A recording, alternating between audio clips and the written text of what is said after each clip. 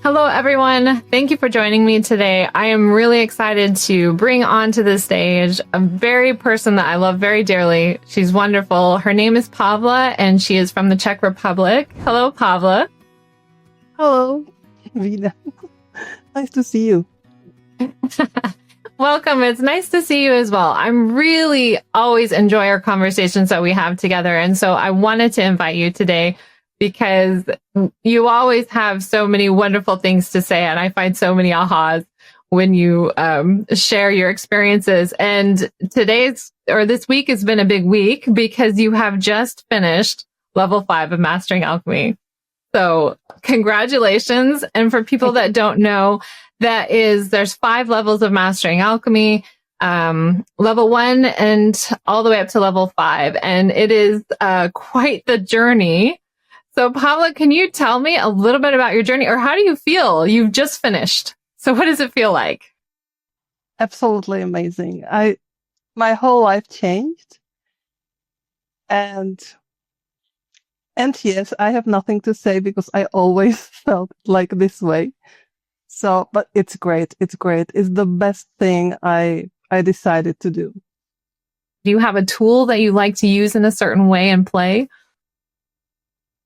It was the biggest surprise for me because I didn't expect it, but my most favorite tools are colors. Really? Tell me more. I think that I need to have in everything, some kind of logic and some picture that I can use and calm down the rational mind. And this is something related to the brain.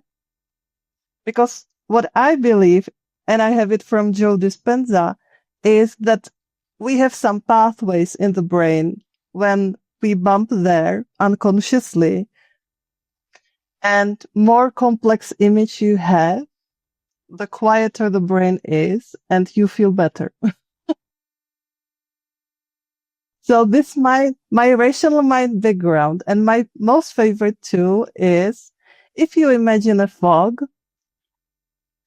The fog consists from small drops. And when I need to clean something, I imagine that in my space and the sphere everywhere is this red fog that is made from the 4th ray. And as you imagine, it touches everything and it loosens everything. It's 4th ray. It's like a soap.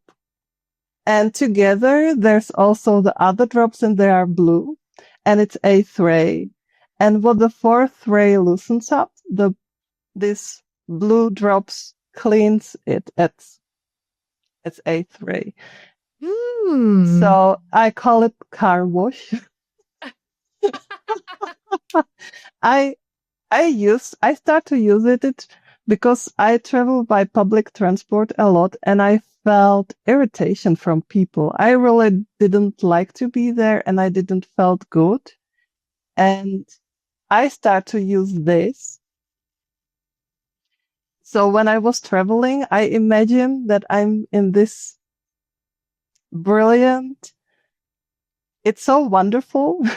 I can't describe it. Everybody can do it by their own, bigger drops or small drops. It doesn't matter. And I have found that it helped me, and it really cleaned irritation from my space.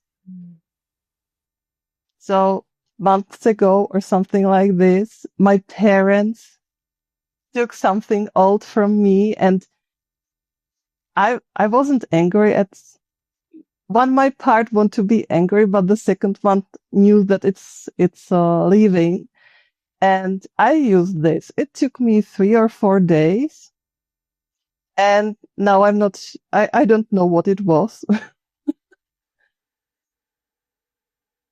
Oh, wow. So when you're doing the car wash, are you washing yourself? Or are you washing other people with the car wash? Me, or always just me. Excellent. Because it's my problem somewhere hidden. So Excellent. Excellent. Well said. So it's kind of when you are irritated on the train or angry at what someone said something to you, or Yeah, I experience frustration as my go-to. So whenever I'm in something, you just kind of like, I'm just going to car wash myself, clean it all out of my space. And this fog, right? Is that what you're meaning? Like this tiny droplets are kind of clearing through and cleaning everything out. That's beautiful. I love the creativity. This is like my favorite part is to hear about everyone's way that they use and create because oh my gosh, that's so much fun. I gotta try. I'm gonna use the car wash. Yeah, and I really like to focus that my sphere has different colors. I usually use 2 or 3. Or I have now it came to me last week and I use it a lot, that when I need to calm down. So I imagine the golden dust that is going through me up and down in the torus. Ooh, yeah. And it's so wonderful. I love that. So the colors, you kind of use the colors and whether it's a dusting or a car wash or you're playing with a lot of the colors. How do you know what color to use or how does it show up for you? I love turquoise and magenta. These I use the most often, but I also like to use the white with the rainbow effect. Nice. And golden, of course. Well, beautiful. Excellent. Oh my. Okay, so you've been through level 1. You made it through level 2 through the lift and clearing everything out. Uncomfortable, but you got through it, clearing through. Level 3, you've rewired yourself, put yourself kind of some pieces together. And level 4, you start building that light body and putting more pieces together. And 5, it's all about kind of building that cohesive energy system some more and kind of bringing the physical into it. And boy, that changes a lot, even physically. So how, any other parts you want to add to your journey on this great adventure to where you are today? It really brings me the stability. Mm-hmm. And I really think that the main building block is this quiet, present, and aware where everything starts. And as my friend on Monday, he told that from this point you can pause, step back, think twice, and go to make the creation in a way that we would like to. Yeah. Yeah. And so well put, because so much of what we have is just sitting in front of us, right? It's the fear or the anger or the frustration is just basically like attached to our vision. And so when we pause, take a step back, it gives us that field of view, like just what you were talking about. You're like, if I can step back and view everything in that space and get out of your rational mind and just kind of take a step, then it creates so much more. You're right. You're right. Well said. Well said. Okay, so what would be one thing you're very excited about for the next part of your journey that's coming? What are you working on now that are done? Or what are you hoping for? I hope that the creation will increase, that I will be able to set more intention how to do things, be more present, more quiet, more aware. And I really love this space. And it's playing. I thought about it because I told it to somebody and, hey, what does it mean that you finished level 5? And I thought about it and I came with a picture that if somebody graduated the high school, you have the degree, you finished something, you have full head of some theories, and now you need to go to the world and show what you learned and do the things. It's really similar. Yeah. Yeah, it is really similar. It's just a new starting line to experience yourself in a whole new way. That's amazing. That's so cool. And I love that you love the creation. Like that, to me, that's also the most exciting part is like, all right, let's go. How can I shift this? I mean, even just the concept to know that when you walk in the room holding a high level of, energy or light, you're able to shift the whole room. Like, and to watch that happen in front of you, like that, wolf, that would be amazing, or those moments where you do get those things shift. Sometimes you start getting glimpses of it. You're like, oh, it's coming. And the synchronicities, do you have any of those starting to happen now? You think of something and then all of a sudden it shows up. Yeah. And the glimpses, it's really interesting because what I see is that it doesn't work if I go there and I want to shift the energy in the room. Like I do the things because I want them to change. It doesn't work. I have found that when I want to feel good and I do the things for myself, the things happened. Yeah. And this is something I still have the doubt and I still think about the others. Yeah. That's such a key distinction. And that's really working into your mastery of it, because you're recognizing those spaces where you're realizing you're essentially reacting to, right? You're like, I'm not okay with this and I don't want this.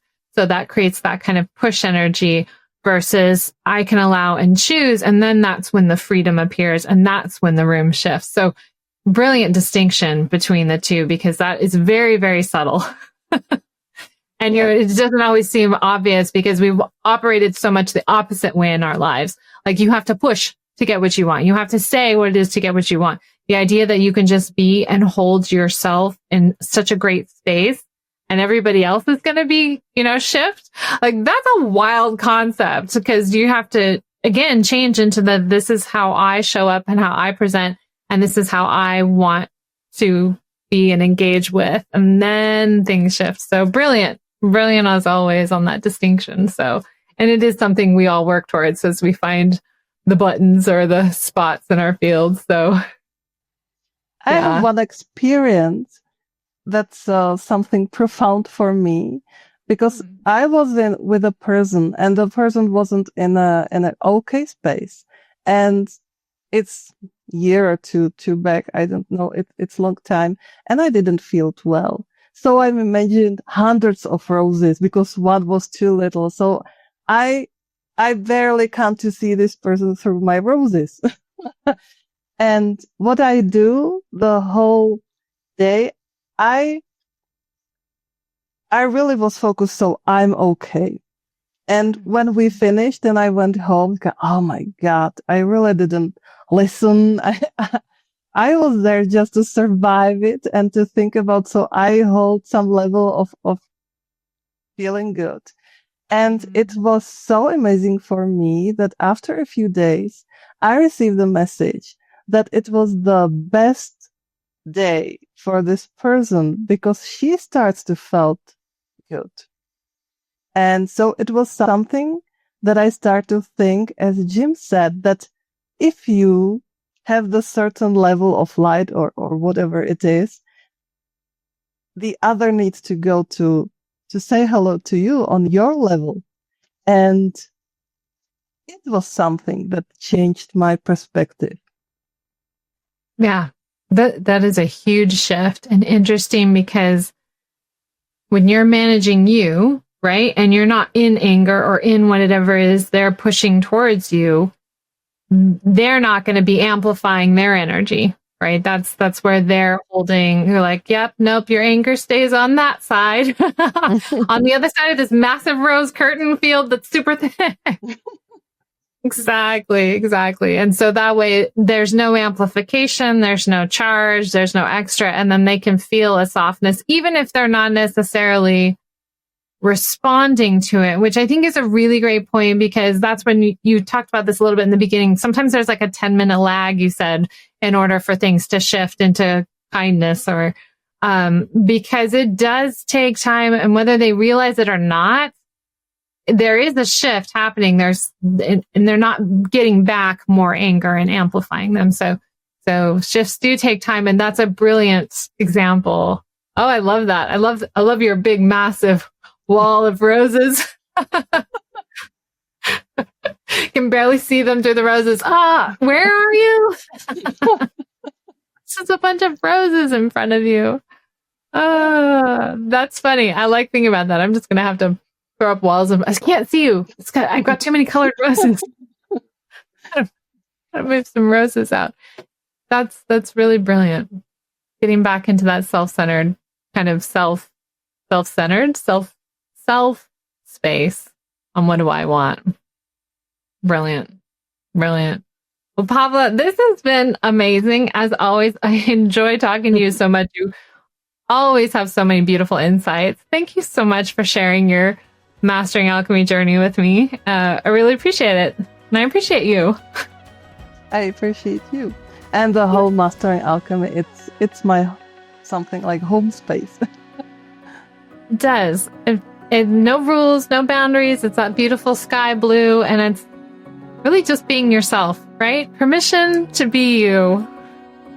I love that. Oh, thank you so much. Thank you too.